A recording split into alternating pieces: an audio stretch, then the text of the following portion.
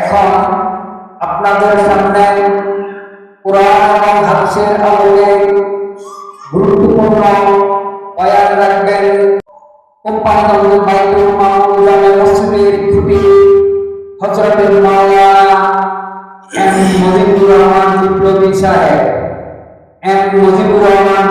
সাহেব আমি ইন্টারনেট কমিটির পক্ষ থেকে ওনার মূল্যবান বক্তব্য পেশ করার জন্য বিনীতভাবে অনুরোধ করছি। السلام عليكم ورحمة الله وبركاته. نحمده ونستعينه ونستغفره ونعوذ بالله من شرور أنفسنا ومن سيئات أعمالنا. من يهدي الله فلا مضل له ومن يضلل فلا هادي له. ونشهد أن لا إله إلا الله وحده لا شريك له. ونشهد أن سيدنا وحبيبنا ومولانا محمدا عبده ورسوله الذي أرسله بالحق بشيرا ونذيرا وداعيا إلى الله بإذنه وسراجا وقمرا منيرا. فقد قال الله تعالى في كلامه المجيد وفي فرقانه الحميد. أعوذ بالله من الشيطان الرجيم. بسم الله الرحمن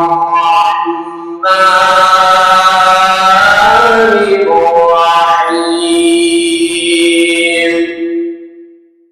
إن الله وملائكته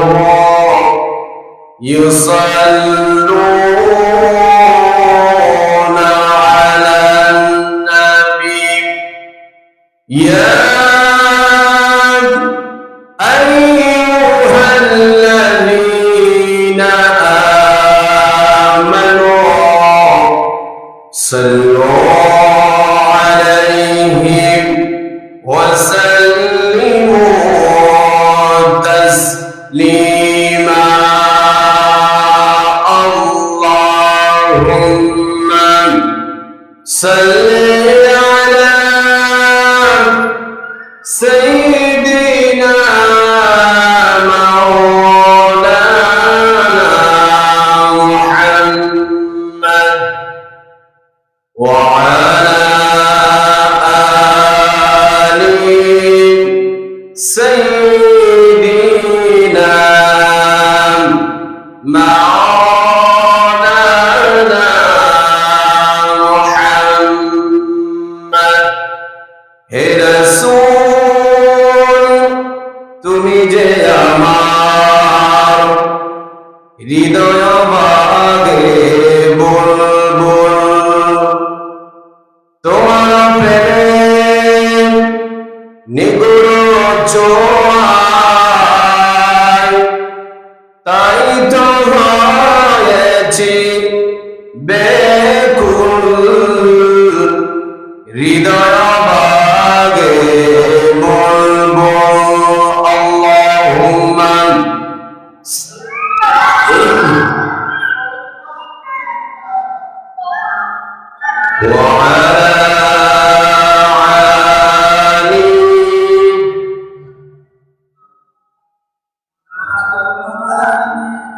আমরা সবাই প্রাণ করে নবীর প্রেমে মাতোয়ারা হয়ে জবান ছেড়ে দিয়ে সবাই দরুদ শরীফ পড়ে আল্লাহুম্মা সাল্লি আলা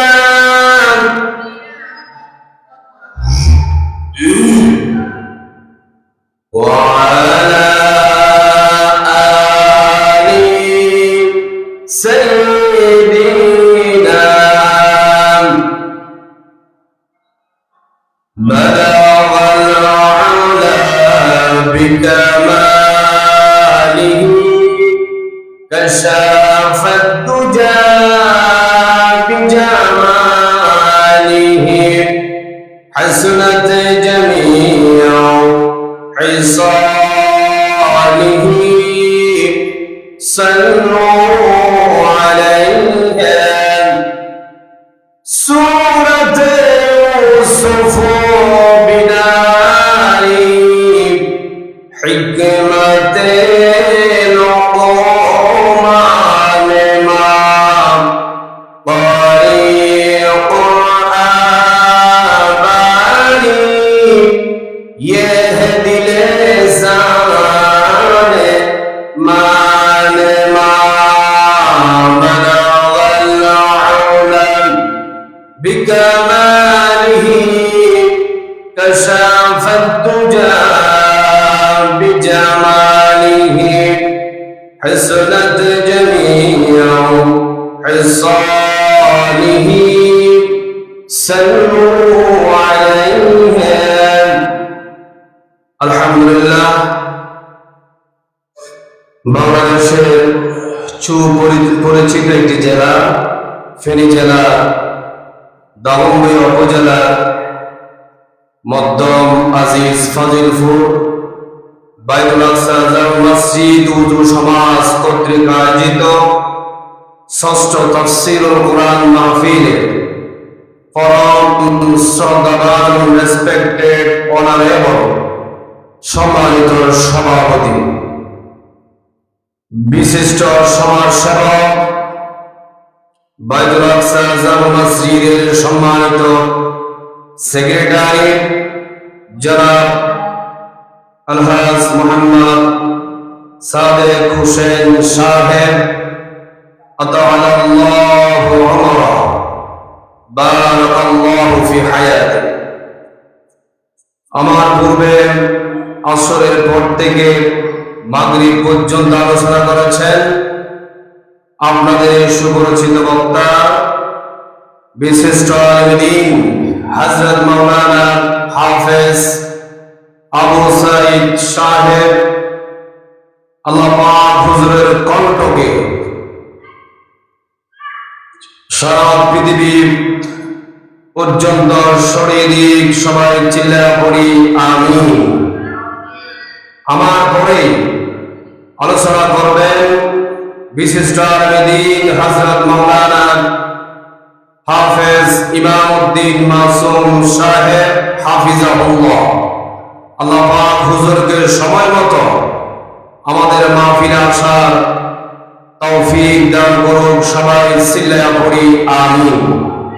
আরো আলোচনা করবেন বিশিষ্ট আলেমদ্বীন অত্র মসজিদে সম্মানিত খতিব জনাব হযরত মাওলানা হাফেজ দিদারুল ইসলাম কুতুবী সাহেব হাফিজাহুল্লাহ। আল্লাহ পাক আমার ভাইদেরকে যত সময় আজকের মাহফিলে এসে যোগ দেওয়ার জন্য আল্লাহ পাক তৌফিক দান করুক, সবাই আবারও চিল্লায়া পড়ি আমিন। আজকের মাহফিল হওয়াতে আপনারা খুশি না বেজার? আরে চিল্লায়া বলতে হবে, খুশি না বেজার? আলহামদুলিল্লাহ, আপনাদের আওয়াজ বোঝা যায় আজকের মাহফিল হওয়াতে আপনারা অবশ্যই খুশি। আমি পবিত্র কোরআন কারীমের 17 নম্বর সূরা থেকে আমি প্রথম আয়াত থেকে আজকে আপনাদের সামনে কথা বলবো। আল্লাহ পাক আমাদেরকে দুনিয়ার মধ্যে সৃষ্টি করেছেন, তার একটা লক্ষ্য আছে। তার একটা কি আছে? লক্ষ্য আছে, উদ্দেশ্য আছে, ঠিক না? আমরা কেউ আল্লাহর ইবাদত করে অহংকার করতে পারি না। আমার কথার একটু উত্তর দিতে হবে। ক্লাসে যখন শিক্ষক ক্লাস দেয়, ছাত্ররা যখন চুপ থাকে, কোনো কথাই না বলে, তাহলে বোঝা যাচ্ছে সেই ক্লাসে ক্লাস দিয়ে কোনো মজা নেই। এই জন্য আমাদের মনে করতে হবে আজকে এটা হচ্ছে কোরআনের ক্লাস। এটা কিসের ক্লাস? কোরআনের ক্লাস। এই জন্য আপনাদেরকে জোরে জোরে আওয়াজ দিতে হবে। আল্লাহ পাক আপনাদের কণ্ঠে গো আল্লাহ পাক দারাজ করে দিয়ে সবাই আবারও সিল্লা পড়ি আমিন। আমাদেরকে আল্লাহ রাব্বুল আলামিন সৃষ্টি করেছেন তার ইবাদত করার জন্য, তার গোলামি করার জন্য। কথা বলেন ঠিক কিনা? কিন্তু আল্লাহর দয়া ছাড়া আমরা কেউ জান্নাতে যেতে পারবো না। নবী করিম সাল্লাল্লাহু আলাইহি ওয়াসাল্লাম বলেন, আমার উম্মতেরা, আল্লাহ রাব্বুল আলামিনের বান্দা, তোমরা দুনিয়ার মধ্যে যত ইবাদত করো, যত আল্লাহর গোলামি করো, তোমরা কোনোদিন অহংকার করবে না, কোনোদিন তোমরা মানুষের সামনে দাম্ভিকতা দেখাও না। এই জন্য দেখাবে না, তোমাদের আমল দিয়ে তোমরা জান্নাতে যেতে পারবে না। আল্লাহ যদি রহমত না থাকে, আল্লাহ রহমত যদি থাকে, আপনার যদি আমল ভালো থাকে, তাহলে আল্লাহ রাব্বুল আলামিন তোমাকে জান্নাতে দাখিল করে দিবে। সুবহানাল্লাহ। কিয়ামতের দিন আল্লাহ রাব্বুল আলামিন ফেরেশতাদেরকে বলবে, একজন আবেদ ডাকো, মুখলেস একজন বান্দা ডাকো। আল্লাহ রাব্বুল আলামিন বলবে, ও ফেরেশতারা, তোমরা কিয়ামতের মাঠ থেকে একজন তোমরা মুখলেস বান্দা ডাকো। তাকে ডেকে আনা হবে। মুখলেস আর আবেদ বান্দা মানে যাদের জীবনে কোনো গুনাহ নেই, জীবনে কোনো কি নেই। এইরকম আল্লাহ উনি আসলে নাই, অবশ্যই আছে। কোনদিন আল্লাহ রাব্বুল আলামিনের নাফরমানি করে নাই। আল্লাহ রাব্বুল আলামিন এমন একজন বান্দাকে ডাক দেবে, ও আমার বান্দা, তুমি এদিকে আসো, জান্নাতে তুমি চলে যাও। ওই বান্দা যদি আল্লাহ রাব্বুল আলামিনকে না করে, ও আল্লাহ রাব্বুল আলামিন আপনার রহমতের দিয়া, আপনার রহমত দিয়া আপনি আমাকে জান্নাতে প্রবেশ করান, এটা যতক্ষণ পর্যন্ত বলবে না, ততক্ষণ পর্যন্ত ওই ব্যক্তি জান্নাতে প্রবেশ করতে পারবে না। আল্লাহু আকবার। ওই বান্দা যখন জান্নাতের গেটের সামনে আসবে, ওই বান্দাকে যখন বলবে তুমি আল্লাহর রহমতে তুমি জান্নাতে প্রবেশ করো, তখন ওই বান্দা বলবে, ও আল্লাহ, কেন আপনার রহমতে আমাকে জান্নাতে প্রবেশ করতে হবে?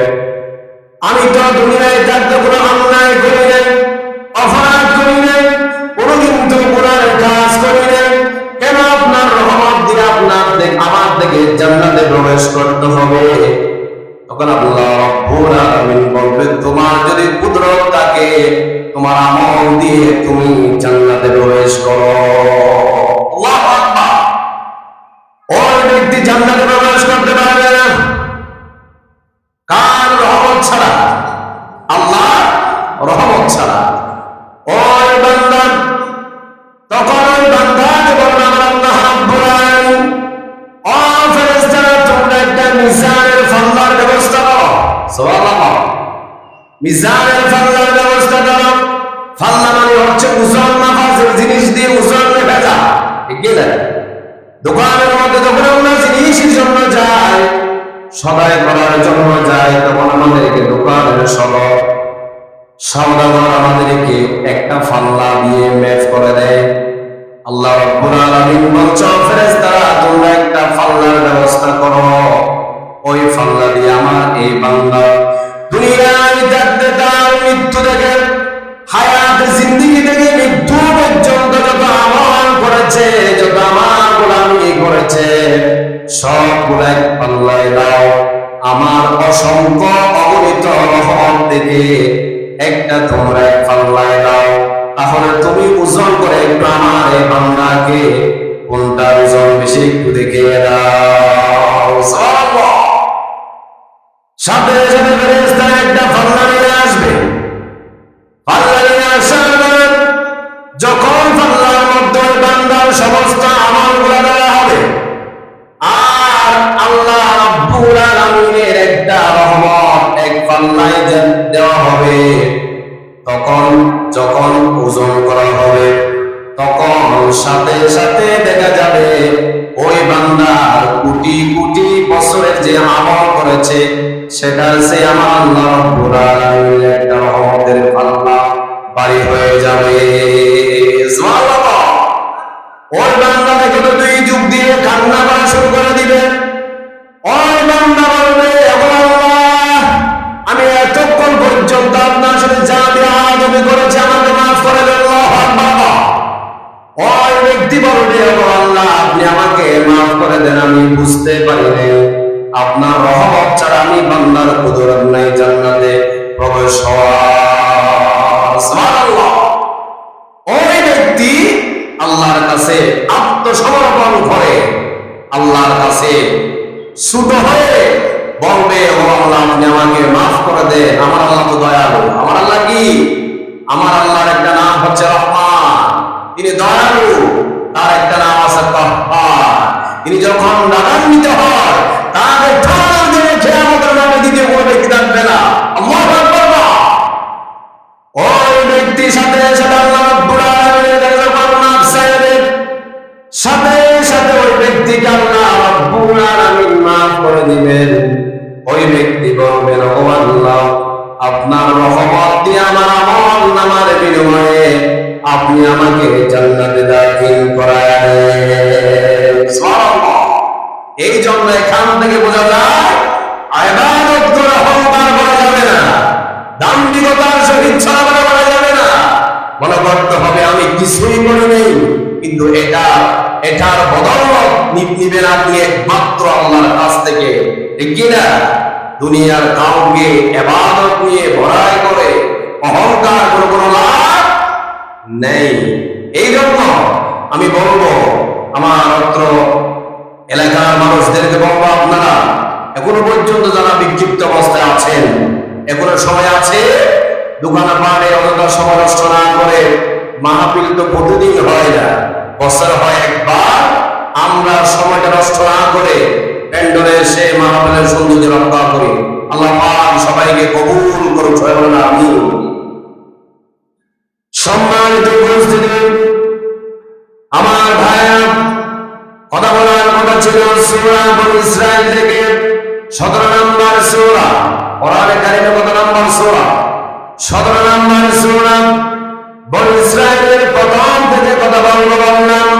আমার সাথে যারা বলেন সবাই বলেন, বিসমিল্লাহির রাহমানির রাহিম। সুবহানাল্লাযী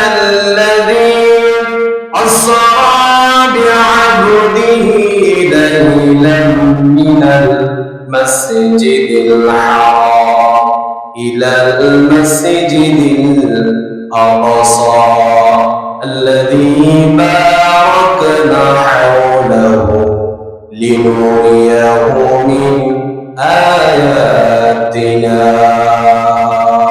الله أكبر.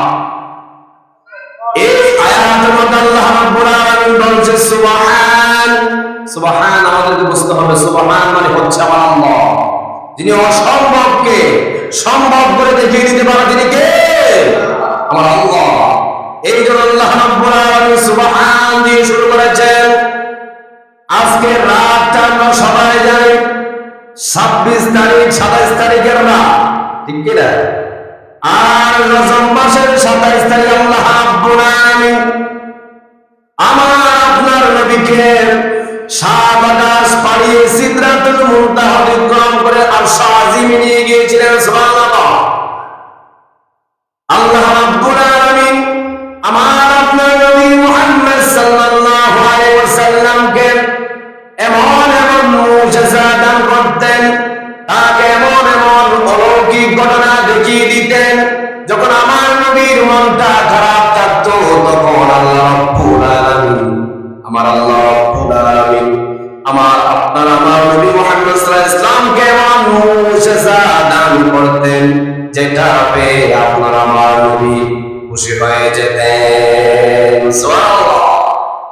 আমার আপনার নবী মক্কায় যখন কোরআনের দাওয়াত দিচ্ছিলেন, কোরআনের দাওয়াত দিচ্ছে, কাফেররা আমার আপনার নবীকে বিভিন্নভাবে হেনস্থ করত, বিভিন্নভাবে আমার আপনার নবী মুহাম্মদ সাল্লাল্লাহু আলাইহি সাল্লামকে তারা অপমান করত।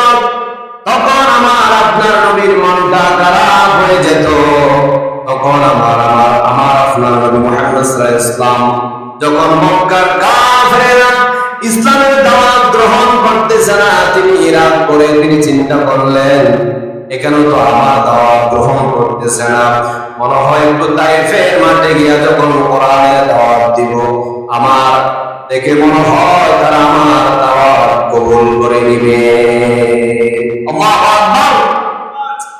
আমার আপনার নবী মুহাম্মদ সাল্লাল্লাহু আলাইহি ওয়াসাল্লাম সাথে সাথে কোথায় চলে গেল? তাইফের মাঠে। তাইফের মাঠে যখন চলে গেল কিসের দাওয়াত দেওয়ার জন্য?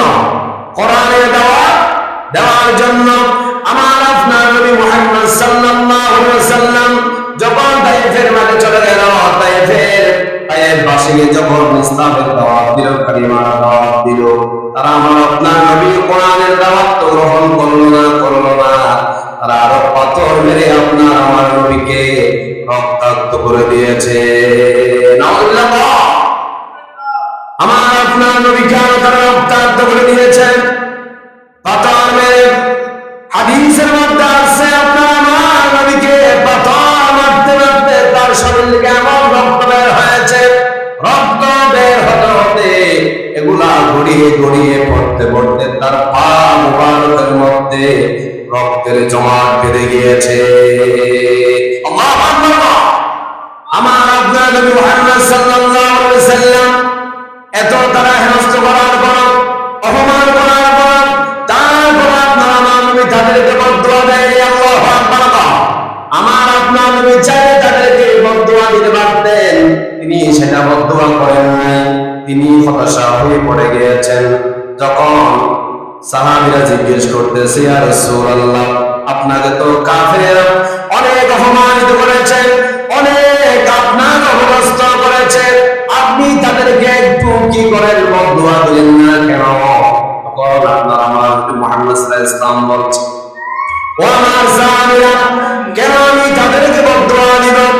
এরা তো আমার ইসলাম কালিমার দাওয়াত গ্রহণ করলো না, আমার কোনো সমস্যা নেই, কিন্তু এদের নাতি পুতি একদিন ইসলামের কালিমা গ্রহণ করতে পারে। আল্লাহু আকবার। তিনি বলছেন, যখন আমি এখন বদদুয়া দিলাম, আমি তাদেরকে যখন অভিশাপ দিলাম, সাথে সাথে তারা ধ্বংস হয়ে যাবে। এই জন্য আমি মুহাম্মদ সাল্লাল্লাহু আলাইহি ওয়াসাল্লাম তাদেরকে বদদুয়া দিতে পারি না। এরা যদি কালিমা দাওয়াত গ্রহণ না করে, তাদের নাতি পুতিরা একদিন এই ইসলামের কালিমা গ্রহণ করে নিবে। সুবহানাল্লাহ। যখন আমার নবী তাইফের মাঠে ইসলামের দাওয়াত দেওয়ার জন্য তখন তাদেরকে যখন কোরআনের দাওয়াত দিল, তারা তো ইসলামের দাওয়াত গ্রহণ করল না, রাসূলকে তারা অপমান করেছে। এই জন্য রাসূলের মনটা খারাপ হয়ে গিয়েছে। তখন আল্লাহ রাব্বুল আলামিন আমার রাসূলকে সুসংবাদ দিয়েছে, ও নবী, আপনি টেনশন করিয়েন না, মন খারাপ করিয়েন না। আমি আল্লাহ রাব্বুল আলামিন আপনাকে এমন মুজিজা দান করব, তুমি মুহাম্মদ সাল্লাল্লাহু আলাইহি ওয়াসাল্লামকে আমার সাথে দেখা করার জন্য আশাসিবে নিয়ে আসবো। সুবহানাল্লাহ। এই খবর শুনে মুহাম্মদ সাল্লাল্লাহু আলাইহি ওয়াসাল্লামের মনটা কি খারাপ থাকতে পারে? হযরত মুসা আলাইহিস সালাম আল্লাহর সাথে দেখা করতে চেয়েছিলেন, কিন্তু আল্লাহ বলেছিলেন, তারানি ও মুসা, তুমি আমাকে দেখতে পারবে না। আর মুহাম্মদ সাল্লাল্লাহু আলাইহি ওয়াসাল্লামকে বলছে, আমার দুষ্ট মুহাম্মদ, আপনাকে আমি দাওয়াত দিয়ে আমার সাথে দেখা করার জন্য নিয়ে আসব। আল্লাহু আকবার। মুসা আলাইহিস সালাম আল্লাহ রাব্বুল আলামিনকে বলছে, ও আল্লাহ, আপনি আমাকে দেখা দেন, কোনো সমস্যা হবে না। আল্লাহ বলছে, মুসা, তুমি আমার নূরের তাজাল্লি তুমি সহ্য করতে পারবে না। যখন মুসা বারবার আবদার করতেছে, এসেছে, মূসাকে বলছে, ও মূসা, তুমি যদি আমাকে দেখতে চাও তুর পাহাড়ে যাও। কোন পাহাড়ে? তুর পাহাড়ে যাও, আমি সেখানে আসবো, তোমার সাথে দেখা করবো। মূসা আলাইহিস সালাতু ওয়াস সালাম তার দলবল নিয়ে কোথায় গেল? তুর পাহাড়ে চলে গেল। সেখানে যাওয়ার পর আল্লাহ রাব্বুল আলামিনের ৭০,০০০ নূরের পর্দা থেকে একটা পর্দা যখন সরালো, সাথে সাথে মূসার দলবল সহ সবাই বেহুশ হয়ে পড়ে গিয়েছে। আল্লাহু আকবার। কিছুক্ষণ পরে মূসা আলাইহিস সালাম আবার জাগ্রত হলেন। দেখা যাচ্ছে আমার দলবল সবাই কি করেছে? বিভৎস হয়ে পড়ে আছে, সবাই মৃত্যুবরণ মৃত্যুবরণ করে ফেলেছে। সাথে সাথে মূসা আলাইহিস সালাম বলছে, আল্লাহ, আপনাকে আর দেখতে হবে না, আমি এখন বাসায় গিয়ে কি জবাব দিব? আপনি আল্লাহ রাব্বুল আলামিন একটু দয়া করেন, যারা এখানে মৃত্যুবরণ করেছে সবাইকে একটু জাগ্রত করে দেন, আবারও স্বাভাবিক করে দেন। আমি মূসা আল্লাহ রাব্বুল আলামিনকে আর দেখতে চাই না। আল্লাহু আকবার। যেখানে মূসা আলাইহিস সালাম দেখার জন্য চেয়েছে সেখানে মূসা দেখতে পায়নি। আর আপনার আমার নবী মুহাম্মদ সাল্লাল্লাহু আলাইহি ওয়াসাল্লাম আল্লাহ রাব্বুল আলামিন তাকে নিচে দাওয়াত দিয়ে কোথায় নিয়ে যাবেন? আরশ আজিমে নিয়ে যাবেন। ২৭ তারিখ রাত্রে আল্লাহ রাব্বুল আলামিন আমার আপনার নবী মুহাম্মদ সাল্লাল্লাহু আলাইহি ওয়াসাল্লামকে তার কাছে মেহমান হিসেবে নিয়ে যাবেন। সুবহানাল্লাহ। জিবরাইলকে বানিয়ে দিলাম, ও জিবরাইল যাও, আমার বন্ধু, আমার দুস্ত, আমার হাবিব মুহাম্মদ সাল্লাল্লাহু আলাইহি ওয়াসাল্লামকে সুসংবাদ দিয়ে আসো। জান্নাত থেকে একটা জান্নাতের পোশাক নিয়ে যাও, বুরাকের জগৎ থেকে একটা বুরাক নিয়ে যাও। আমার দোস্তকে আপনি সেখান থেকে ইসরা করে বাইতুল মুকাদ্দাসে নিয়ে যাও। সুবহানাল্লাহ। আমার আল্লাহ রাব্বুল আলামিন জিবরাইলকে বানিয়ে দিলাম। জিবরাইল আলাইহিস সালাতু ওয়াস সালাম চলে গেল জান্নাতের মধ্যে, একটা জান্নাতের পোশাক নিলাম আর বুরাকের জগতে গেলাম। বুরাকের জগতে গিয়ে একটা বুরাক দেখা যাচ্ছে, অসংখ্য বুরাক, একটা বুরাক তার চেহারাটা অন্ধকার আর দুই চোখ দিয়া শুধু বেয়ে বেয়ে পানি যাচ্ছে। জিবরাইল গিয়া সেখানে গিয়ে প্রশ্ন করতেছে, সব বুরাক তো এখানে সুন্দর ভাবে বসে আছে, ও বুরাক, তোমার কি হয়েছে? তোমার কি হয়েছে? তুমি এইভাবে মনটা খারাপ করে কেন কান্না করতেছ?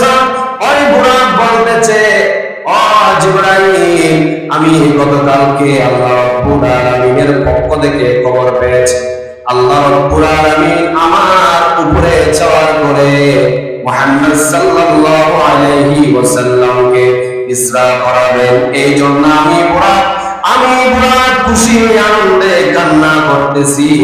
এই কান্না দুঃখের কান্না। আল্লাহু আকবার। ওই বুরাককে বলছে, জিবরাইল বলছে, তোমাকে আমি রিসিভ করার জন্য আসলাম। আল্লাহু আকবার। ওই বুরাককে নিয়ে গেলাম, আমি তোমাকে দেওয়ার জন্য আসলাম। ওই বুরাক নিয়ে আমার উম্মাহানির ঘরে গেলাম।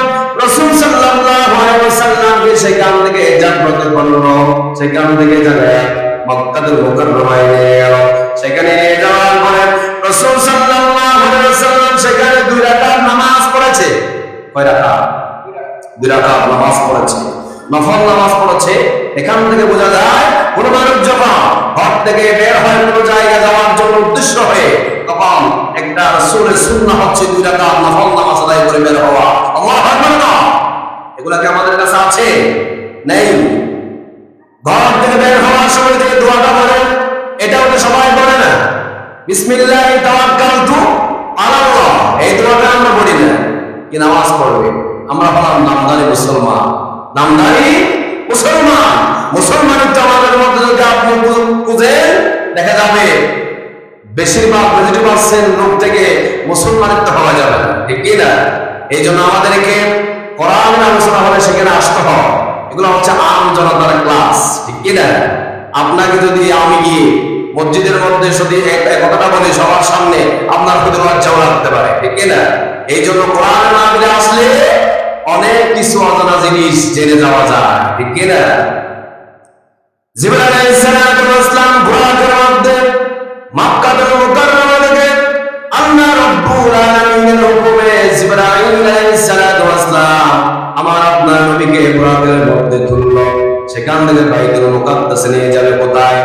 বুরাকের আকৃতিটা হচ্ছে কাদার চেয়ে বড়, কসরের চেয়ে ছোট, আর এই বুরাকের রংটা ছিল সাদা। রংটা কি ছিল? সাদা ছিল। এটা একটা প্রাণী। এটা একটা কি প্রাণী? বুরাক এটা হচ্ছে কি একটা প্রাণীর নাম। জিবরাইল আলাইহিস সালাতু ওয়াস সালাম বাইতুল মুকাদ্দাস নিয়ে সেখানে নিয়ে যাওয়ার পর অসংখ্য ফেরেশতারা সেখানে আমার নবীকে স্বাগতম আহলান সাহলান দিচ্ছে। আল্লাহু আকবার। আমাদের দেশের মধ্যে যখন বাহিরের রাষ্ট্র থেকে যখন একটা প্রধানমন্ত্রী এখানে আসে, তখন আমাদের রাষ্ট্রীয় থেকে অনেক কিছু ব্যবস্থা করা হয়, লাল গালিচার ব্যবস্থা করা হয়, অসংখ্য বাহিনীদেরকে সেখানে দাঁড় করায় দেওয়া হয় স্বাগতম জানানোর জন্য, আহলান সাহলান জানানোর জন্য। ঠিক তেমনি ভাবে আল্লাহ রাব্বুল আলামিন আমার নবীকে এমন ভাবে স্বাগতম জানাচ্ছেন, ফেরেশতাদেরকে দিয়া সেখানে দাঁড় করায় দিয়েছেন। সবাই আমার নবীকে আহলান সাহলান দিয়েছে। আর এর পূর্বে যারা নবীরা দুনিয়ার জমিন থেকে বিদায় হয়ে গিয়েছে, সবাইকে আল্লাহ রাব্বুল আলামিন তুলে ওই বাইতুল মুকাদ্দাসের মধ্যে পাঠিয়ে দিয়েছে। সুবহানাল্লাহ। বাইতুল মুকাদ্দাসে চলে গেলাম। সেখানে যাওয়ার পরে বুরাকটা একটা পাথরের মধ্যে বাঁধলাম।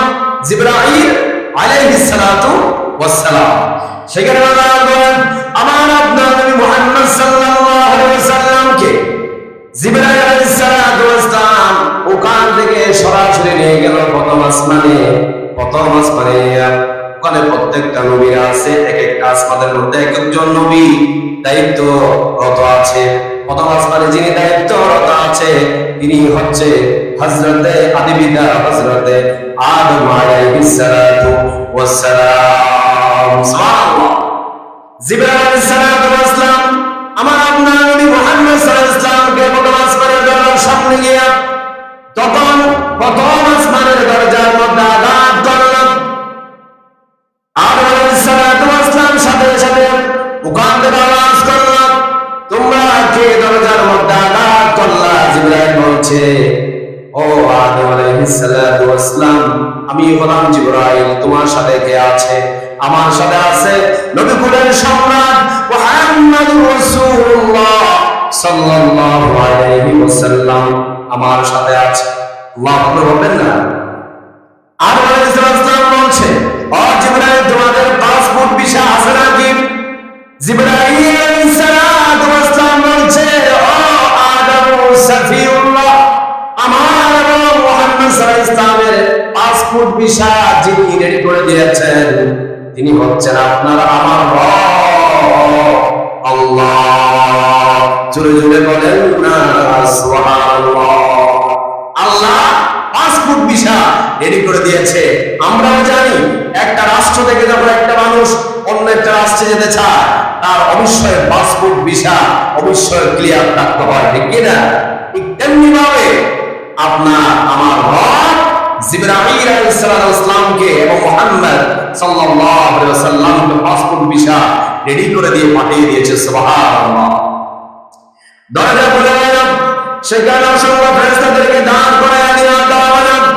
হযরতে আদম আলাইহিস সালাম সকল ফেরেশতাদেরকে নিয়ে আপনার আমার নবী মুহাম্মদ সাল্লাল্লাহু আলাইহি ওয়াসাল্লামকে স্বাগতম জানালো, আহলান সাহলান দিল। এরপরে দ্বিতীয় আসমানে গেল। দ্বিতীয় আসমানের মধ্যে একইভাবে আঘাত করলো। সেখানে দেখা হয়ে গেল হযরতে ঈসা আলাইহিস সালাতু ওয়াস সালাম হযরতে ইয়াহইয়া আলাইহিস সালাতু ওয়াস সালামের সাথে। এরপর তৃতীয় আসমানে গেল। সেখানে দেখা হয়ে গেল হযরতে ইউসুফ আলাইহিস সালাতু ওয়াস সালামের সাথে। চতুর্থ আসমানে গেল। সেখানে দেখা হয়ে গেল হযরতে চতুর্থ আসমানে দেখা হয়ে গেল হযরতে ইদ্রিস আলাইহিস সালাতু ওয়াস সালাম। সেখান থেকে পঞ্চম আসমানে গেল।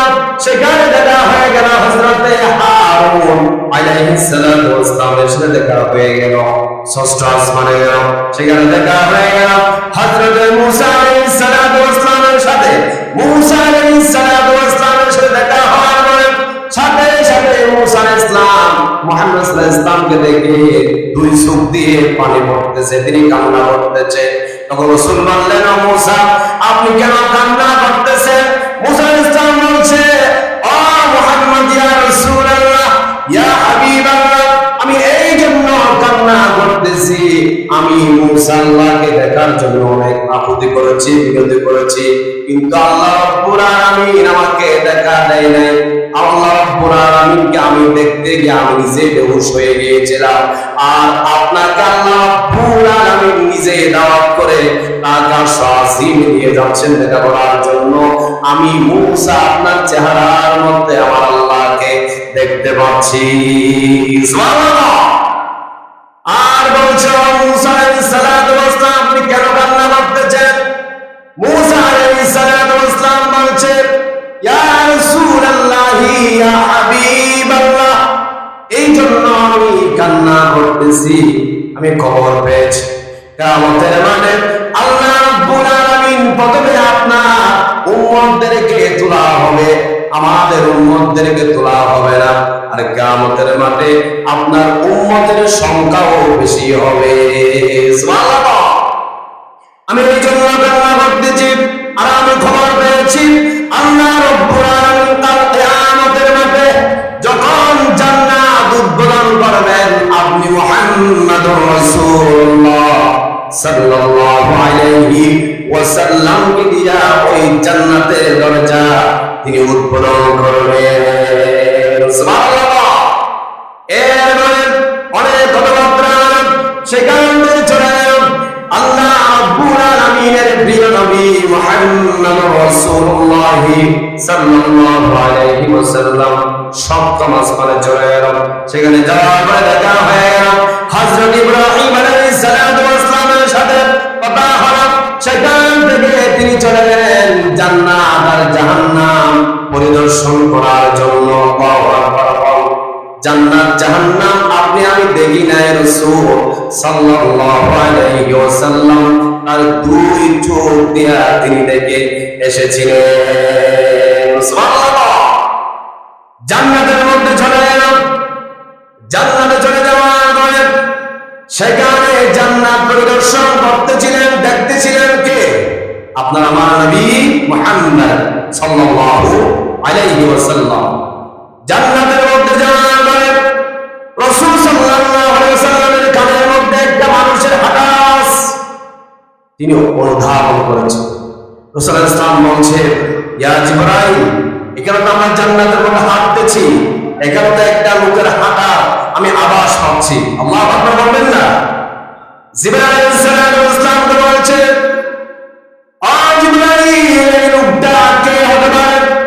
এটা কার হাঁটা আওয়াজ হতে পারে? জিবরাইল আলাইহিস সালাম বলছে, ইয়া রাসূলুল্লাহ ইয়া হাবিবাল্লাহ, আপনি রাসূল বলেন তো দেখি এই হাঁটা আওয়াজটা কার হতে পারে? রাসূল বলছেন, জিবরাইল, আমি তো মালুম করতে পারতেছি না, আমার মনে পড়তেছে না, তুমি জিবরাইল বলে দাও। তখন সাথে সাথে জিবরাইল আলাইহিস সালাতু ওয়াস সালাম বলছে, ইয়া রাসূলুল্লাহ ইয়া হাবিবাল্লাহ, এই হাঁটার আওয়াজটা হলো মসজিদে নববীর মুয়াজ্জিন কারো সাহাবী হযরত বেলালের পায়ের আওয়াজ। সুবহানাল্লাহ। তখন কি বেলাল কি ইন্তেকাল করেছে নাকি দুনিয়ায় জীবিত আছে? জীবিত আছে। হযরত বেলাল জীবিত আছেন। রাসূলুল্লাহ ইসলাম যখন মেরাজ থেকে আসলেন, আসার পরে বেলালকে ডাক দিল, বেলাল তুমি এদিকে আসো।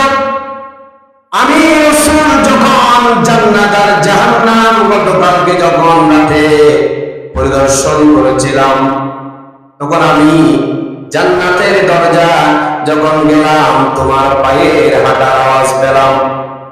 ও বেলাল, তুমি কি আমল করো? তুমি এমন কি আমল করো তোমার এই আমলের জন্য আল্লাহ রাব্বুল আলামিন খুশি হয়ে গিয়ে তোমাকে জীবিত রাখতে জান্নাতের মধ্যে হাঁটার সুযোগ করে দিয়েছেন? বেলাল বলছে, ইয়া রাসূলুল্লাহ ইয়া হাবিবাল্লাহ, আমি তো বেশি কিছু আমল করি না, 5 ওয়াক্ত নামাজ পড়ি, হালাল হারাম ছেড়ে চলার জন্য চেষ্টা করি, আর অতিরিক্ত একটা আমল করার জন্য চেষ্টা করি। যখন আমি 5 ওয়াক্ত নামাজ পড়ার জন্য মসজিদে মসজিদে যায়, সবার আগে মসজিদে চলে যায়, আর যাওয়ার পরে সাথে সাথে 2 রাকাত তাহিয়াতুল উজুর নামাজ পড়ে ফেলি। এই মনে হয় 2 রাকাত নামাজের কারণে আমি আল্লাহ রাব্বুল আলামিন আমি তাআলাকে জান্নাতে দুনিয়ায় থাকতে হাঁটার সুযোগ করে দিয়েছে। সুবহানাল্লাহ। হযরত বেলাল কিয়ামত পর্যন্ত উযু করার পরে 2 রাকাত নামাজ পড়তেন, তাহিয়াতুল উজুর নামাজ। ওগুলা কি আমরা পড়ি না? মসজিদে গিয়ে আগে গিয়ে বসাটা কি কোনো নামাজের কোনো খবর নেই। এই জন্য এখান থেকে 8টা মাসলা শিখে নেবেন।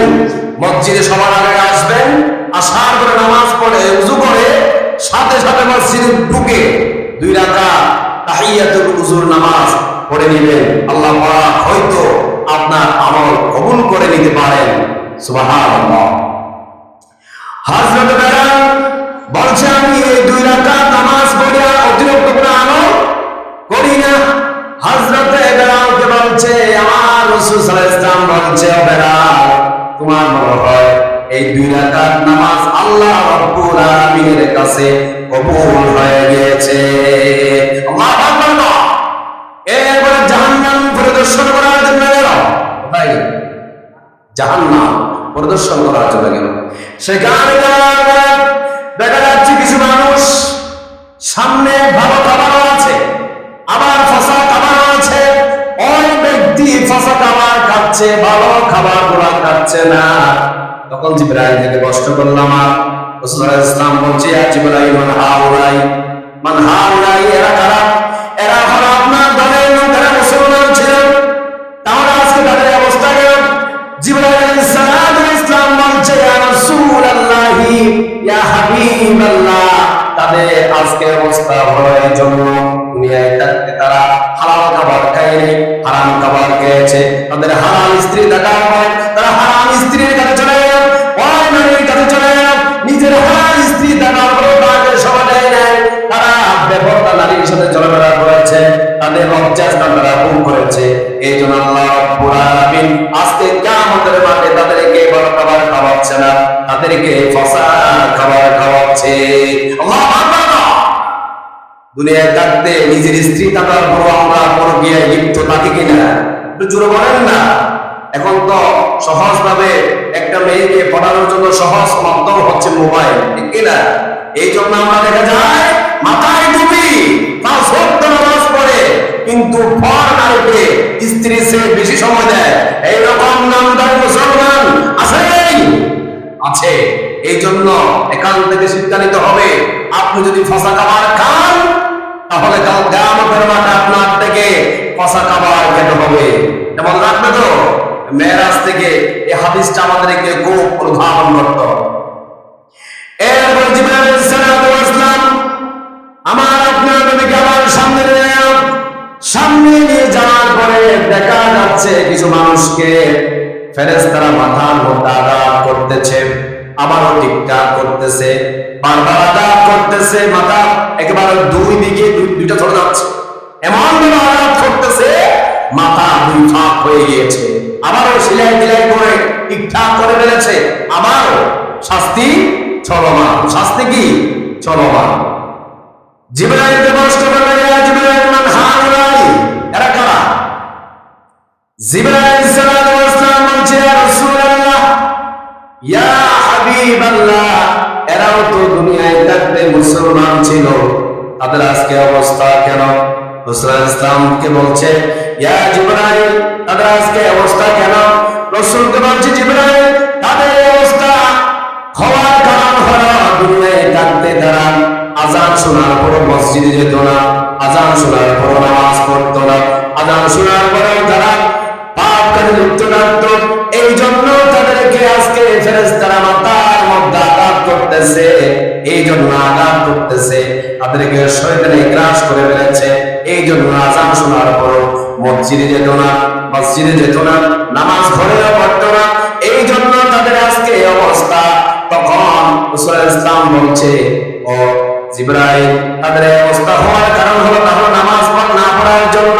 জিবরাইল বলছে, ইয়া রাসূলুল্লাহ তাদের অবস্থা এই জন্য নামাজ না পড়েছে, এই জন্য তাদের এই অবস্থা। তাহলে এখান থেকে বোঝা যায় বিভিন্ন ভাবে পরাজিত করবে। এখান থেকে বুঝতে হবে শয়তানকে আমাদেরকে মসজিদে এসে হাজির হয়ে যেতে হবে, ঠিক কিনা? শয়তান আপনাকে পরিচিত করবে, আপনাকে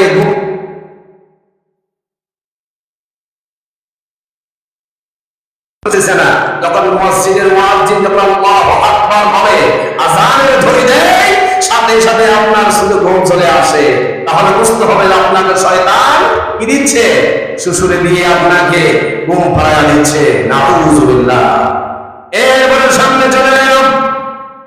সামনে চলে যাওয়ার পরে দেখা যাচ্ছে কিছু লোক, তাদেরকে আগুনের মধ্যে, পেটটা একেবারে মোটা, চেহারাটা ছোট, ফেরেশতারা ধাক্কা দিয়ে আগুনের মধ্যে ধাক্কা দিয়ে ঢুকিয়ে দেয়, আবার কিছুক্ষণ পরে বের হয়, আবার ধাক্কা দিয়ে ঢুকিয়ে দেয়, আবারও বের হয়।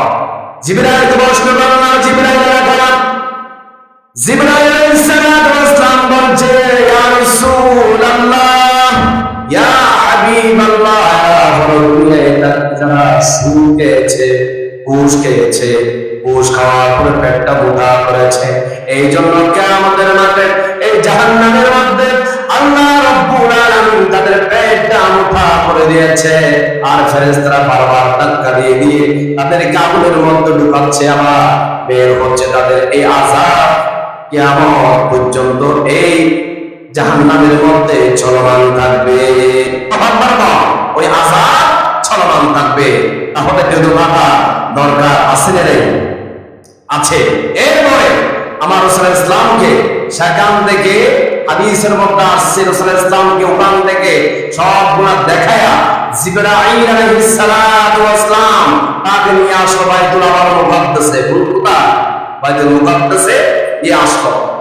আসার পরে সেখানে অসংখ্য নবীরা সেখানে উপস্থিত হয়ে গেল। হয়ে যাওয়ার পরে সেখানে নামাজের ওয়াক্ত শুরু হয়ে গেল। আমার আপনার নবী মুহাম্মদ সাল্লাল্লাহু আলাইহি ওয়াসাল্লাম টেনশনে পড়ে গেল, এখানে এখন নামাজের ইমামতি করবে কে? এখানে তো আমার থেকে অনেক সিনিয়র নবীরা আছে। কি আছে? সিনিয়র নবীরা আছে। আমি কেমনে ইমামতি করি? সাথে সাথে আল্লাহ রাব্বুল আলামিন বলছে, ও জিবরাইল যাও, আমার দুষ্ট মুহাম্মদ সাল্লাল্লাহু আলাইহি ওয়াসাল্লামকে বলে দাও আজকে নামাজের ইমামতি করবে। সকল নবীকে পিছনে দাঁড় করায়া আমার নবী আজকে নামাজের ইমামতি করবে। সুবহানাল্লাহ। সাথে সাথে জিবরাইল আলাইহিস সালাম খবরটা পাঠিয়ে দিয়েছেন। জিবরাইল আলাইহিস সালাম বলার সাথে সাথে আমার নবী মুহাম্মদ সাল্লাল্লাহু আলাইহি ওয়াসাল্লামের জায়গায় দাঁড়িয়ে ওইটা দ্বারা আল্লাহ রাব্বুল আলামিন প্রমাণ করে দিয়েছে, দলিল বানিয়ে দিয়েছেন সমস্ত নবীদের যিনি সরদার হচ্ছে আমার আপনার নবী মুহাম্মদ রাসূলুল্লাহ সাল্লাল্লাহু আলাইহি ওয়াসাল্লাম। আমার নবী হচ্ছে সমস্ত নবী রাসূলদের মাথার মুকুট, শামসুল হিদায়াহ, বদরুদ দুজা, সাইয়্যিদুস সাকালাইন, ইমামুল মুরসালিন, খাতামুন নবিয়্যিন, আফতাবুন নবুওয়াত, শাহিনশাহ রিসালাত, সরকার দুজাহা, সুলতান মদিনা, হুসুরা করম, নূর মুজাসসাম, জনাব মুহাম্মদ রাসূলুল্লাহ সাল্লাল্লাহু আলাইহি ওয়াসাল্লাম তাকে সমস্ত নবীদের নেতা বানিয়ে দিয়েছেন। সুবহানাল্লাহ। আমার নবী নামাজ পড়াচ্ছিলেন, নামাজ পড়াতে পড়াতে 3 রাকাত শেষ হয়ে গেল। কয় রাকাত? 3 রাকাত শেষ হয়ে গেল। আমার নবী থেকে মনের মধ্যে একটা সংকল্প আসলো, ইচ্ছা আসলো। আমার নবী আপনার নবী মুহাম্মদ রাসূলুল্লাহ ইসলাম বলছে এখন তো আমাদের কিবলা বাইতুল মুকাদ্দাসের দিকে। রাসূল বলছে, কে বলছে? রাসূল বলছে তখন আমাদের কিবলা ছিল বাইতুল মুকাদ্দাসের দিকে, ওই দিন কিবলা পরিবর্তন হয়েছে। এটা আমার মুখের কথা নয়, আল্লাহ রাব্বুল আলামিন কোরআনে কারীমে বলছেন আদানা তাকাল্লুবা ওয়াজহিকা ফিস সামাই ফালানুআল্লিআন্নাকা কিবলাতান আরদাহা। আল্লাহু আকবার। সাথে সাথে আমার বলছে আল্লাহ আমাদের কিবলাটা যদি মক্কাতুল মুকাররমার দিকে হতো, কত নবী আল্লাহর কাছে কোনো কথা বলতে দেরি, কবুল হবে দেরি হয় না। সাথে সাথে আল্লাহ রাব্বুল আলামিন কবুল করে নিলেন। আল্লাহ রাব্বুল আলামিন সাথে সাথে বলছে, ওয়া মা হাবিব মুহাম্মদ সাল্লাল্লাহু আলাইহি ওয়াসাল্লাম, আপনি মনে মনে কি চিন্তা করেছেন আমি আল্লাহ জেনে গিয়েছি, আর দেরি করার চিন্তা নাই, দেরি করার কোনো কারণ নাই। এখন বাকি এক রাকাত তুমি মক্কাতুল মুকাররমার দিকে নামাজটা আদায় করে শেষ করো। আজকে থেকে আমি আল্লাহ রাব্বুল আলামিন তোমাদের কিবলা বানিয়ে দিলাম মক্কাতুল মুকাররমা। সুবহানাল্লাহ। ওই দিন আমাদের কিবলা পরিবর্তন হয়েছে, সুবহানাল্লাহ বলবেন না? এরপরে নামাজ শেষ করার পরে সেখান থেকে নিয়ে গেলাম সিদরাতুল মুনতাহা। কোথায়? সিদরাতুল মুনতাহা মানে হচ্ছে শেষ প্রান্ত। সিদরাতুল মুনতাহা শব্দের অর্থ কি? শেষ সীমা, শেষ সীমা। সেখানে যাওয়ার পরে জিবরাইল আলাইহিস সালাম বলছে আমার আপনার নবীকে, ইয়া রাসূলুল্লাহ, আমি আর যেতে পারবো না, আমি আর যেতে পারবো না। আল্লাহ পাক আমাকে যতটুকু অর্ডার দিয়েছে আমি ততটুকু দায়িত্ব পালন করেছি। সিদরাতুল মুনতাহা হচ্ছে আমার উপরে যাওয়ার কোনো অর্ডার নাই, এখান হচ্ছে আমার শেষ সীমা। এখান থেকে আল্লাহ পাক তার কুদরতি লিফটের মাধ্যমে তোমাকে আরশ আজিমে নিয়ে যাবে। সুবহানাল্লাহ। সেখান থেকে নিয়ে আল্লাহ রাব্বুল আলামিন আপনার নবীকে আরশ আজিমের মাধ্যমে নিয়ে গেল। সেখানে অনেক কথাবার্তা হলো, সময়ের অভাবে স্বল্পটুকু দিতে পারতেছি না। আমি 14টা শিক্ষার কথা বলবো। মেরাজ থেকে আসার সময় রাসূলুল্লাহ ইসলাম আমাদের জন্য কয়টা শিক্ষা এনেছিলেন? 14টা। সবাই বলেন কয়টা? 14টা শিক্ষা এনেছিলেন, সেটার বর্ণনা দিব। এরপরে হয়তো আমার সময় শেষ হয়ে যেতে পারে। নবী করিম সাল্লাল্লাহু আলাইহি ওয়াসাল্লাম মেরাজ থেকে আসার পর আল্লাহ রাব্বুল আলামিনের কাছ থেকে তিনি 14টা শিক্ষা এনেছিলেন। সূরা বনী ইসরাঈলের 22 নম্বর আয়াত থেকে ধারাবাহিক আল্লাহ রাব্বুল আলামিন সেগুলা বর্ণনা করেছেন। 22 নম্বর আয়াতে বলছেন আল্লাহ রাব্বুল আলামিন, লা তাজআল মা'আল্লাহি ইলাহান আখার ফাতাকউদা মাযমুমান মাখযুলা। আল্লাহু আকবার। এই আয়াতের মধ্যে বলছে, আমরা আল্লাহ রাব্বুল আলামিন বলছে, ও দুনিয়ার বান্দারা, আমার নবী উম্মতেরা, তোমরা যখন দুনিয়ার মধ্যে আছো তোমাদেরকে আমি এমনি সৃষ্টি করি নাই, আমার ইবাদত করার জন্য সৃষ্টি করেছি। তোমরা সব সময় আমি আল্লাহ রাব্বুল আলামিনের ইবাদত বندگی করবা। সুবহানাল্লাহ। আর যদি আমার রাস্তায় যদি তোমরা অন্য কারো গোলামি করো, ইবাদত বندگی করো, তাহলে তোমরা লাঞ্ছিত হবা, নিন্দিত হবা। আল্লাহ পাক বলছে, আমি আল্লাহ রাব্বুল আলামিনের যদি তোমরা ইবাদত করো, তোমাদের সম্মান মর্যাদা আমি আল্লাহ বাড়িয়ে দিব। সুবহানাল্লাহ। আমরা কেন জান্নাতে যেতে চাই? আমাদের আদি পিতার নাম হচ্ছে হযরতে আদম আলাইহিস সালাতু ওয়াস সালাম। আমাদের বাবার বাড়ি কোথায়? সবাই বলেন জান্নাতে। আমাদের বাবার বাড়ি কোথায়? প্রত্যেকজনের বাবার বাড়ি আছে। কারো বাড়ি আজিজ ফাজিলপুর, কারো বাড়ি মোহাম্মদপুর, কারো বাড়ি ইয়াকুবপুর, এভাবে। কিন্তু আমাদের সবার একজন পিতা আছে, সেই পিতার নাম হচ্ছে হযরত আদম আলাইহিস সালাতু ওয়াস সালাম, আর তার বাড়ি হচ্ছে জান্নাতে। সুবহানাল্লাহ বলবেন না? এই জন্য আমরা জান্নাতে যেতে চাই। আর জান্নাতে যদি আপনি যেতে চান, তাহলে আপনাদের কি করতে হবে? ইহদিনাস সিরাতাল মুস্তাকিম। আল্লাহ পাক বলছে, আমার সহজ সরল পথের দিকে তোমাদেরকে চলতে হবে।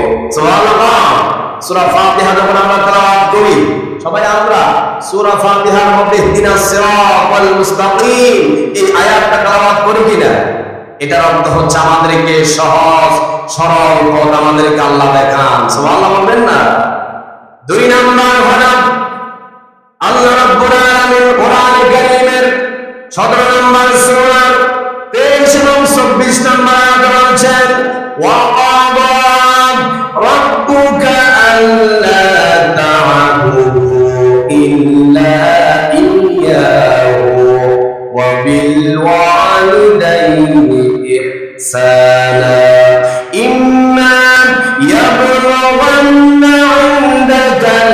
الكبر أحدهما أو كلاهما فلا تقل لهما أف ولا تنهرهما وقل لهما قولا كريما واخفض لهما جناح الذل من الرحمة وقل رب ارحمهما كما ربياني صغيرا الله أكبر এই আয়াতের মধ্যে বলছে ওয়াকাদা রাব্বুকা আল্লা তা'বুদু ইল্লা ইয়াহু এ দুনিয়ার আমার বান্দারা তোমরা আমি আল্লাহর ইবাদত করবা কার ইবাদত আমি আল্লাহ রাব্বুল আলামিনের ইবাদত করবা এরপরে কার গোলামি করবা কার আনুগত্য করবা ওয়া বিল ওয়ালিদাইনি ইহসানা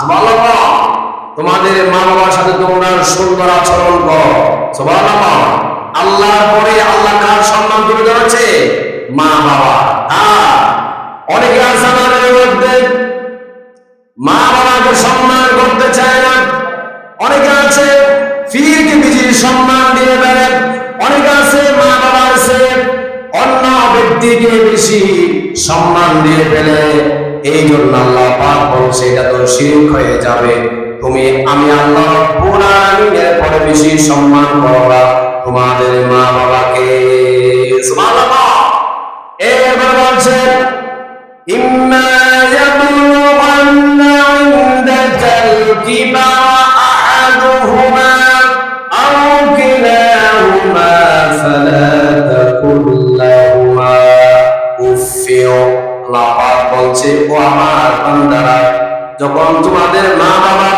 যে কোনো একজন বার্ধক্য উপনীত হয়ে যাবে দুজনের মধ্যে যদি উভয়ে যদি মুরব্বী হয়ে যায় বৃদ্ধ হয়ে যায় তোমরা তাদের সাথে জবাব দিয়ে কথা বলো না তাদের সাথে তোমরা খারাপ ভাষা ব্যবহার করো না উফ শব্দ বলেও না উফেও এটার অর্থ হচ্ছে মা বাবাকে ধমক দিয়ে কথা বলেও না ও মা বান্দারা তোমাদের মা বাবা হলো তোমাদের জন্য বড় ফির সুবহানাল্লাহ মা বাবার সাথে কোনোদিন খারাপ ভাষা ব্যবহার করে না উফ শব্দের একটা ব্যাখ্যা দিচ্ছি আপনি যদি রাস্তা দিয়ে হেঁটে যান কোথায় দিয়ে রাস্তা দিয়ে হেঁটে যান উসাট খান তাহলে আপনি সেখানে তো কান্না করেন না আপনি শুধু একটা শব্দ ব্যবহার করেন উফ ঠিক কিনা যখন আমরা রাস্তা দিয়ে হেঁটে যাই তখন আমরা যখন ব্যথা পাই উফ শব্দ ব্যবহার করি এটা দিয়ে তো আমরা কান্না করি না আর এখানে এটার আয়াতের ব্যাখ্যা হলো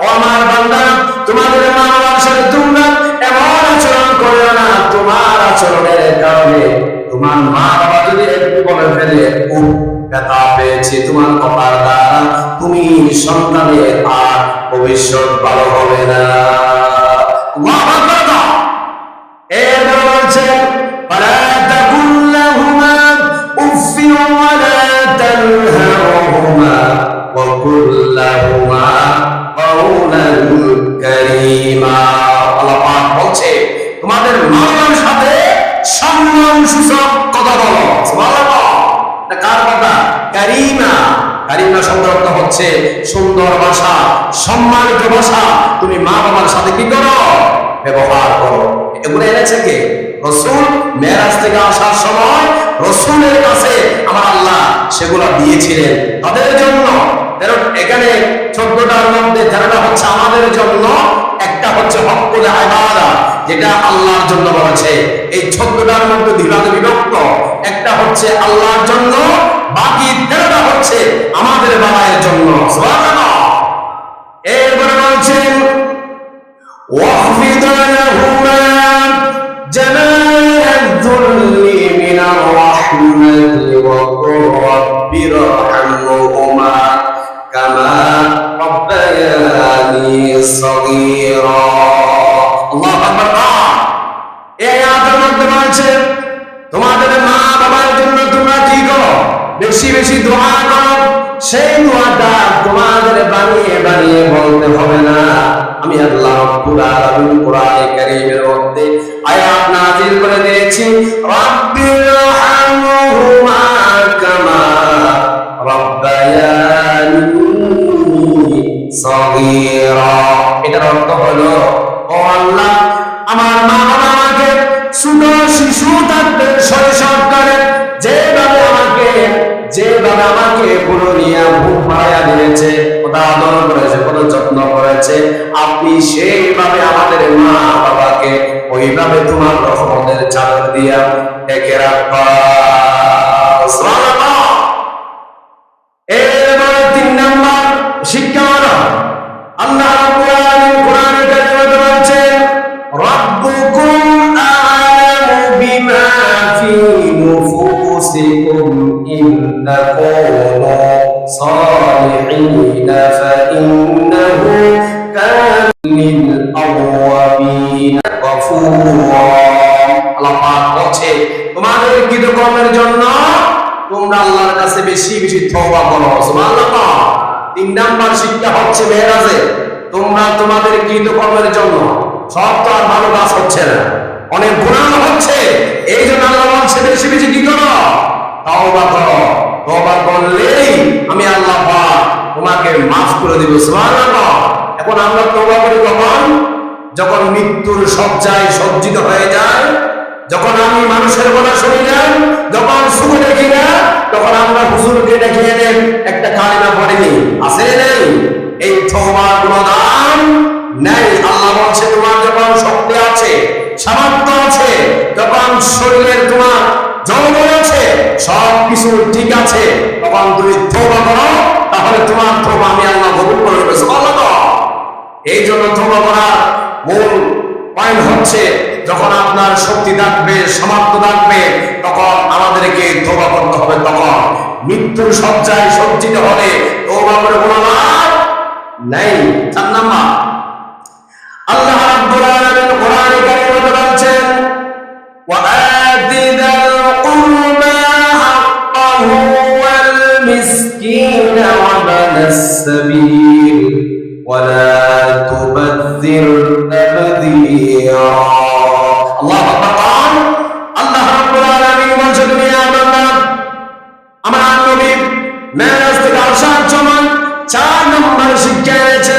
ও দুনিয়ার বান্দারা, কান খাড়া করে শোনো, এটা আমার বড় কথা নয়। কথা কার? জোর বলেন না, কথা কার? কথা কার? কথা হচ্ছে আল্লাহ। আল্লাহর কথা যদি আপনি 1 ইঞ্চি বলে গেল সন্দেহ করেন, আপনার ইমান সাথে সাথে চলে গিয়েছে, নতুন করে আবার ইমান আনতে হবে, ঠিক কি না? এই 4 নাম্বার পয়েন্ট হলো, আল্লাহ রাব্বুল আলামিন বলেছেন, তোমাদের আত্মীয়তার হক, তোমাদের আত্মীয় স্বজনদের হক তোমরা আদায় করে নাও। কে বলেছেন? আল্লাহ বলেছেন।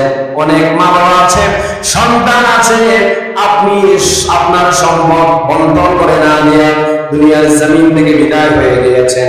এখানে ভাই বোনে কি হয়ে গিয়েছে? ঝগড়া বিবাদ চলতেছে।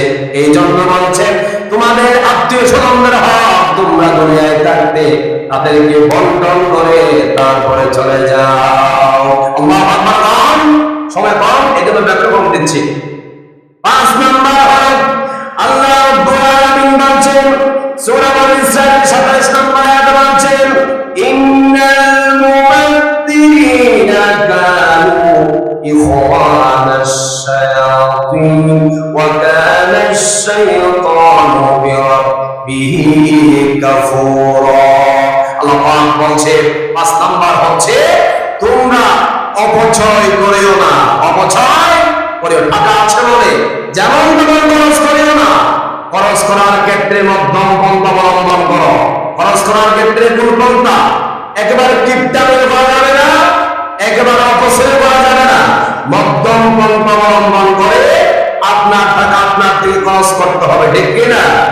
এই জন্য আমাদের সমাজ আমরা দেখি, টাকা থাকলে মেয়ে একটা রকম বিয়ে হয়, যেখানে একটা দরকার সেখানে 2টা দিয়ে দেয়, যেখানে যে জুনিবাপটি যেটা বলে লাগে 300 সেখানে 600 দিয়ে দেয়। এগুলো হচ্ছে অবশ্যই করা। কি করা? অবশ্যই করা। আপনার পোশাক দরকার পুরো বছরের মধ্যে 10টা, আপনি 20টা নিয়ে নিলেন, এটা একটা অবশ্যই করা। এইভাবে অবশ্যই করা যাবে না। 6 নাম্বার, আল্লাহ রাব্বুল আলামিন বলেন, 6 নাম্বার হক করা শিক্ষা, হকদারকে হক দিয়ে দাও, হক দিয়ে দাও। হকদার, হকদার খারাপ। হয়তো আপনার একটা মানুষ 30,000 টাকা পাবে, ওই 30,000 টাকা পাবে, আপনার টাকাও নেই আর আপনার কথা গরম আরো বেশি। এরকম লোক আছে না নাই?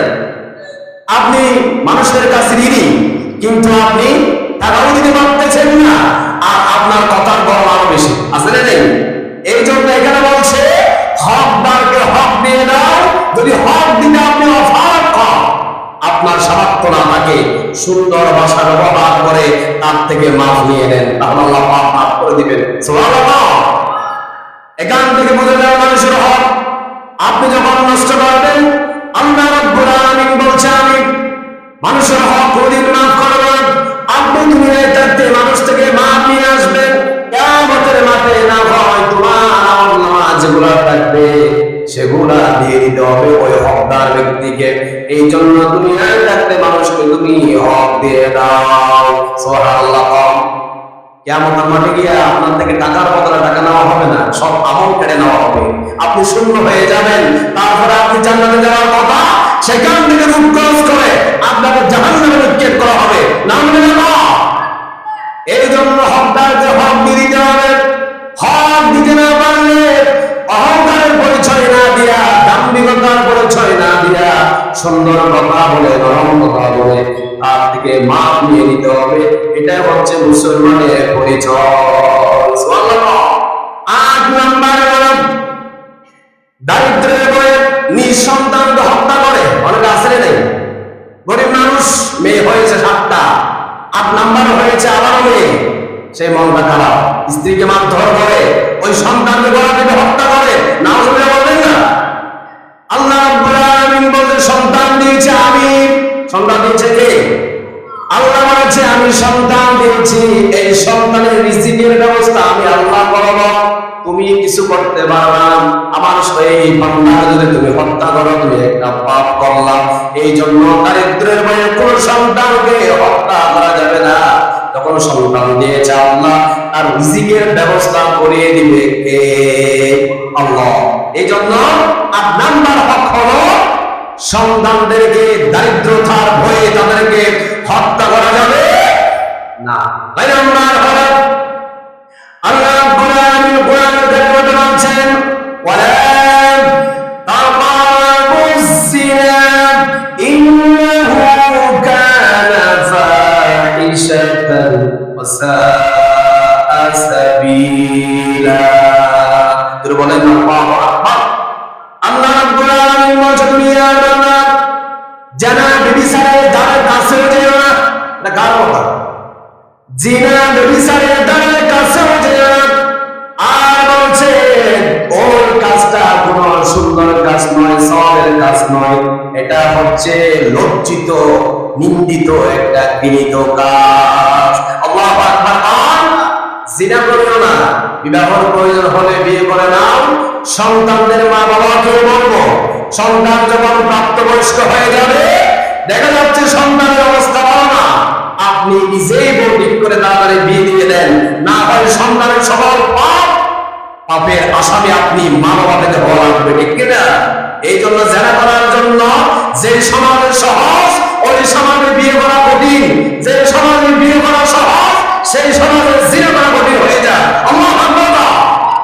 এই জন্য আমাদেরকে সন্তান যখন প্রাপ্তবয়স্ক হয়ে যাবে, তখন আমাদের কি করতে হবে? সন্তানদেরকে বিয়ে দিতে হবে।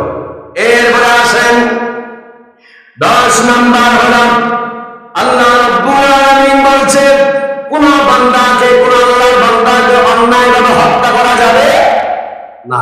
কোন মানুষকে কোন আপনার ক্ষতি করে নাই, ওই মানুষকে আপনি হত্যা করতে পারবেন না। এই পারমিশন আল্লাহ পাক আপনাকে দেওয়া দেয় নাই। আল্লাহ বলছে কোন মানুষকে হত্যা করতে পারবেন না আপনি অন্যায়ভাবে। কিন্তু কোরআনের মধ্যে আছে হত্যার বদলা কিন্তু হত্যাই করতে হবে।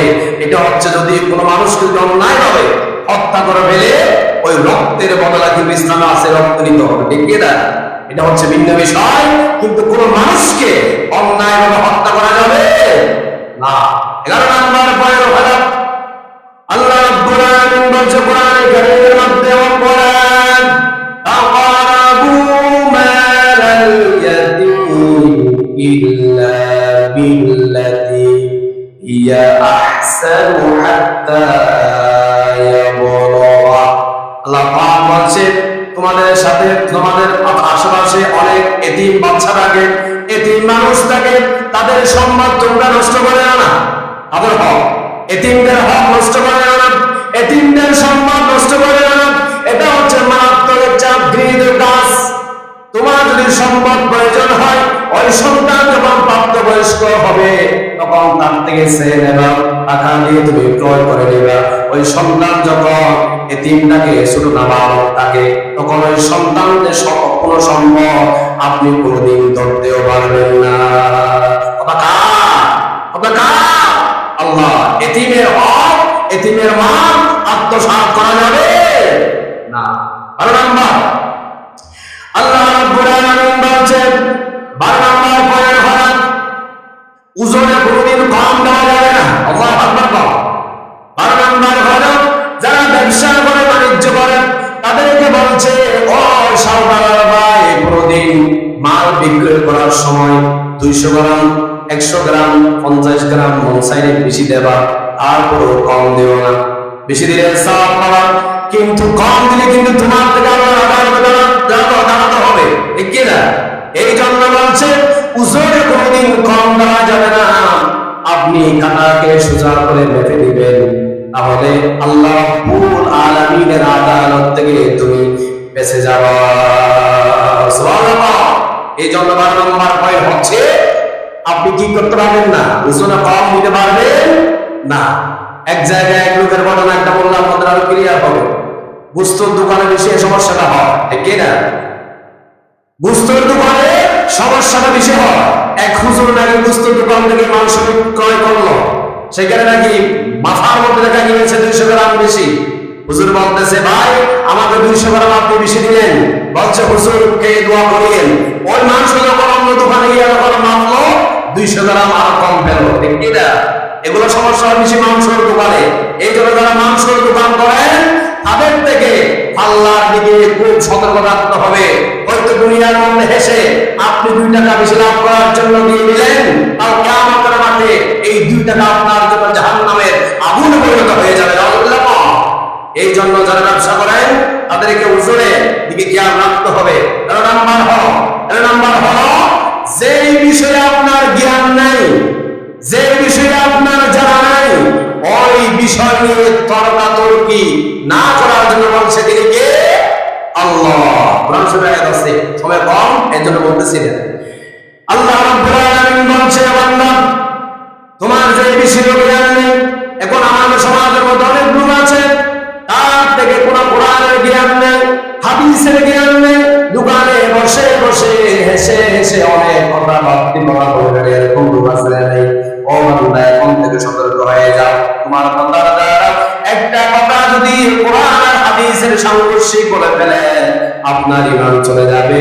ওই ঈমান ছাড়া যদি আপনি 1000 বছর নামাজ পড়েন, মৃত্যুর আগ পর্যন্ত ইবাদত করেন, আর লাস্টে দেখবেন আপনার আমলনামার কাঁটাটা সাদা থাকবে।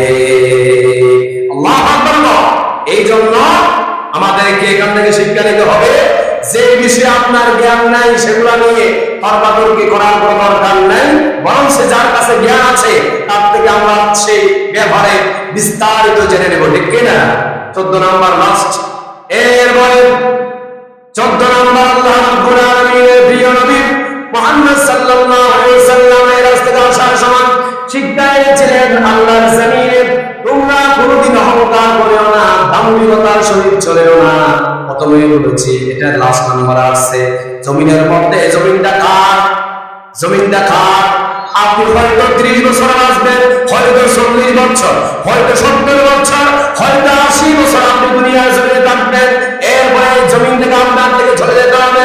আপনি সুখে ঘুষকে আপনি সন্তানদেরকে আপনি সম্পদ তৈরি করে দিয়ে গেছেন, আপনি তো ওই কবরের মধ্যে শাস্তি পাবেন, আর আপনার সন্তানেরা দুনিয়ার মধ্যে আরামায়েশ করবে। আর শীতকালে ওই বেগুন আর ইলিশ মাছ এনে খাবে, আপনি আর কবরের মধ্যে ফেরেশতাদের নির্যাতন খেতে থাকবেন।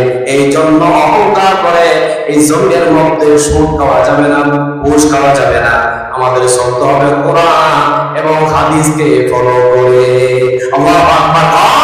আল্লাহ পাক আমাদেরকে এই শব্দটা শিক্ষা দিতে, আমি যেগুলো বলেছি এগুলো যদি আপনার ভিতরে থাকে, আমি মনে করি আপনার থেকে জান্নাতে যাওয়ার জন্য আর বেশি কিছু দরকার হবে না। আমরা কি এগুলো মানি না? না জানলে রিপ্লাই করে আবার হুজুরদের থেকে জিজ্ঞেস করে নেবেন, তারপরও পাপ কাজ করা যাবে না। আমাদেরকে সেদিকে রাখতে হবে। আল্লাহ পাক যে আলোচনা করেছি এগুলো আমাদেরকে আমল করার তৌফিক দান করুন। সবাই বলেন আমিন। আদানা ইনদি ওয়াল ইলমু ইনদাল্লাহ। আসসালামু আলাইকুম ওয়া রাহমাতুল্লাহি ওয়া বারাকাতুহু।